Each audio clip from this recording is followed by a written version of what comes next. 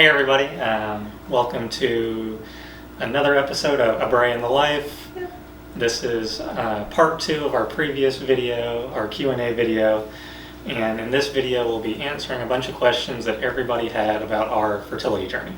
Yep, so strap on in, it's going to be a bumpy ride. So the first question that a lot of people keep asking is, when did we first start trying? Like, is this something that we just kind of popped one out of the gate and we were good to go, or have we been trying for a while? And the answer is, we've actually been trying for a while. So we started trying, initially started kind of playing around with trying like right after our wedding. So it's been a couple years, and nothing really happened. And we didn't expect it to. I should preface this by saying that I have polycystic ovary syndrome, which is very common. A lot of women have it. It's a leading cause of infertility in women, usually due to anovulation or not ovulating every month. And so I've known that I've had PCOS since I was probably in high school. And I've always known that it would probably cause issues with getting pregnant quickly. And so I kind of anticipated that from the very beginning. And Brian knew, from the very beginning that might be an issue as well. Something that we definitely talked about before we even got engaged, that would be something that we might have to deal with. So we weren't really surprised when it took a while before anything happened. And then after about a year and a half? About a year and a half, of trying, we decided, or maybe I decided, and he supported my decision, that I really wanted to focus on getting healthy because I felt like that would make it easier for us to get pregnant, since a lot of women with PCOS tend to have improved fertility with weight loss and just getting healthier. And so one of the big things that I decided to focus on was losing weight. So I decided to take a year and focus on just getting healthy, losing weight, working out, which was something that I wasn't really doing as a med student or as an intern. I wasn't really working out regularly or eating very well. And so it was really important to me to make sure that, despite anything else, even if we were to get pregnant, I didn't want to be one of those people who was an unhealthy pregnant person. And the heavier you are, unfortunately, the higher your risks. And so that was something that was really concerning for me. And Brian really supported me through that. He even started working out, y'all, like for real. He never used to work out. And he also started paying attention to like what he was eating. And I'm vegetarian. I've been a vegetarian for over 20 years, but I was never a healthy vegetarian. So we started cooking better, eating better vegetarian food, and we lost about 60 pounds, which was pretty dope. We were pretty excited about that. And then once I met that goal, we decided, time to take my IUD back out, see what happens. And we actually ended up getting pregnant pretty immediately after I took my IUD out in the summer, last summer.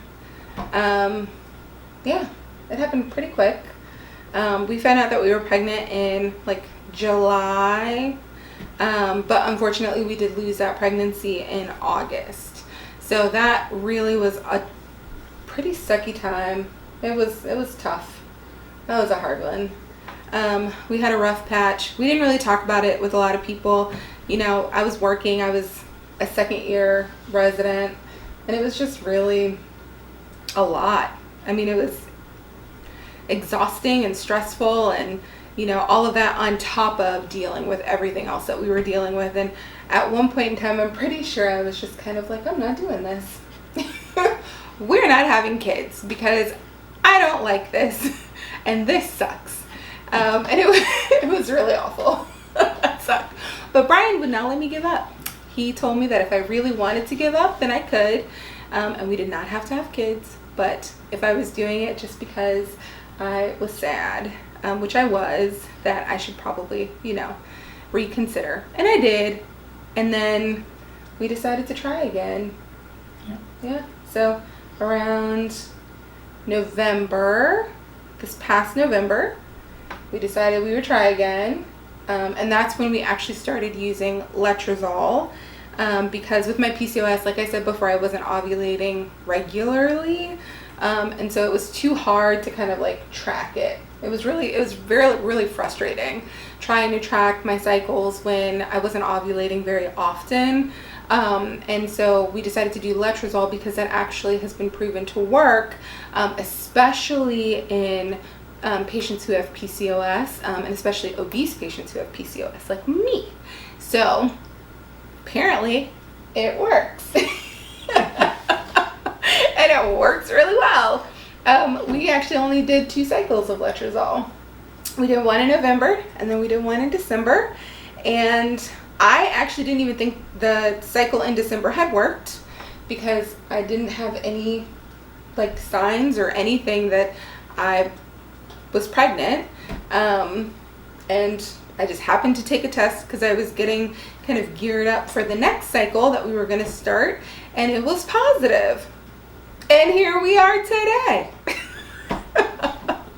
So that's kind of how we ended up here. So let's see, what else did you guys ask? So we found out we were having triplets really early. We were like 6 weeks and a couple of days when we found out that we were having triplets. So that was a shock. Were you shocked? Very shocked. Were you?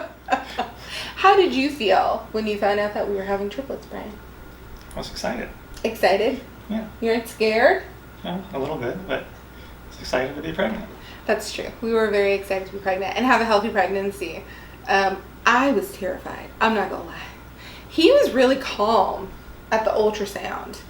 I laughed hysterically for about 24 hours because I just could not believe that we had gone from experiencing the loss that we had experienced to now having 3 babies. Like, whew, you know, somebody up there has quite the sense of humor, I think. So it was an interesting experience, I think, for sure.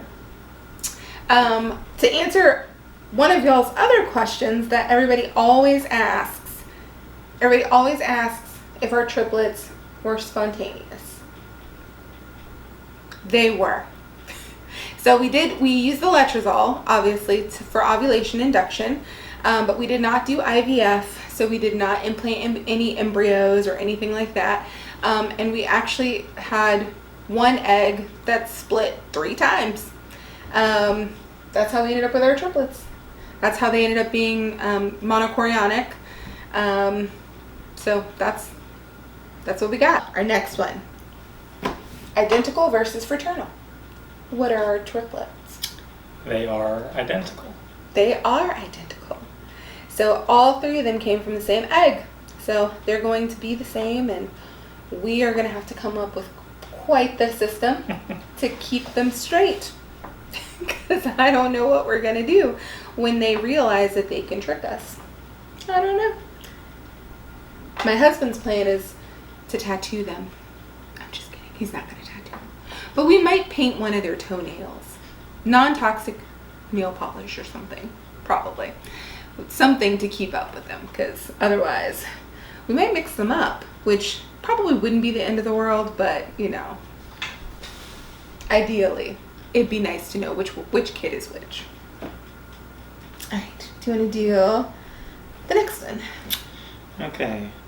What was the scariest part of finding out we were having triplets? Everything? Well, it wasn't scary. Yeah. These are our first kids. Mm-hmm. So we don't know what we're doing.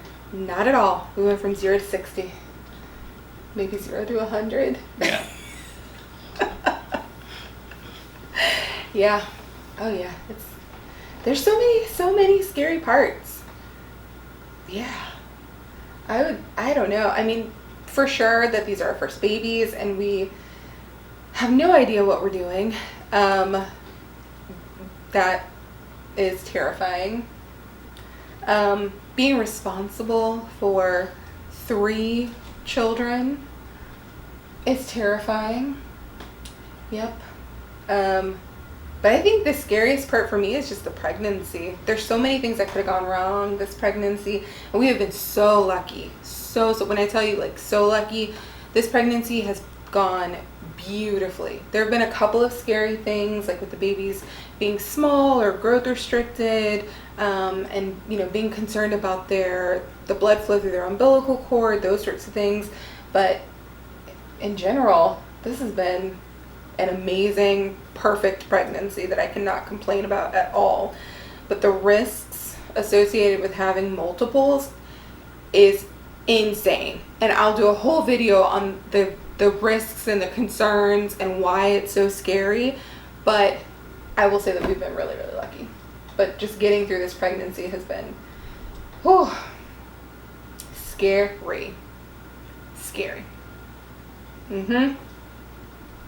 What was the most fun part for you? I don't know. Nothing fun? Let's see. I think the most fun part of this pregnancy for me was the gender reveal. Oh, that was pretty fun. That was so fun. It was, I think, it was just so fun to, like, keep it a secret. We didn't keep it a secret just because we wanted it to be fun. We kept it mostly a secret because it was really stressful, and it was just going to be a whole lot to have a whole lot of people know what was going on. But it turned out so fun to be able to tell our friends and our family just that we were having triplets, and no one believed us. Well, that's not on the list, but only a handful of people knew we were having triplets. That's true, yeah. And nobody except Nykia and I knew what the gender was. Yep. We did know, so that's a question that people have asked. We did know before the video what we were having, but we didn't want to tell anyone because we didn't want to ruin the fun. And it was way more fun when no one knew. So much more fun. Yep. Oh, that was a good day. Really good day. If you haven't watched our gender reveal video, by the way, you should go watch it because it was hilarious. My friends and family, amazing. Our friends and families, so freaking funny. So funny. And they were so serious too. Yep. Let's see. What do we wish people knew about having triplets?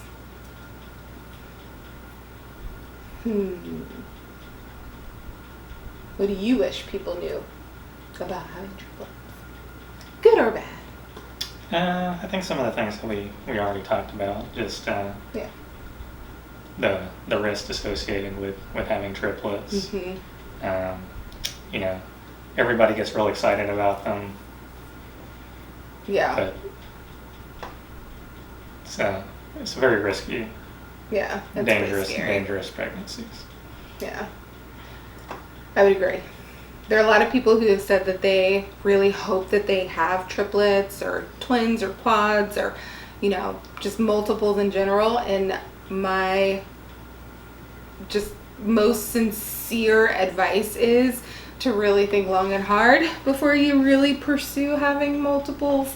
It's really, like Brian said, it's really risky. There are lots of things that could go wrong. Compared to just having one baby at a time or even two babies, twins at a time. There are just lots of scary things that can happen when you have three or more. So just something for sure to think about.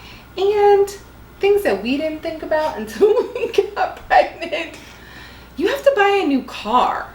Like, that's a huge thing because you can't fit 3 car seats in most standard vehicles. Yeah, we figured that part out real late in the game.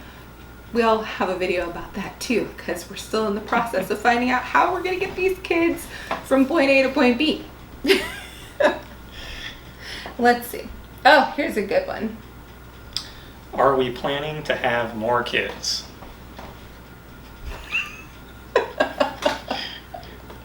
We'll see. Well, yeah. We want 3 healthy girls right now. Yes, that's our focus right now. So we'll circle back around in a couple of years, maybe.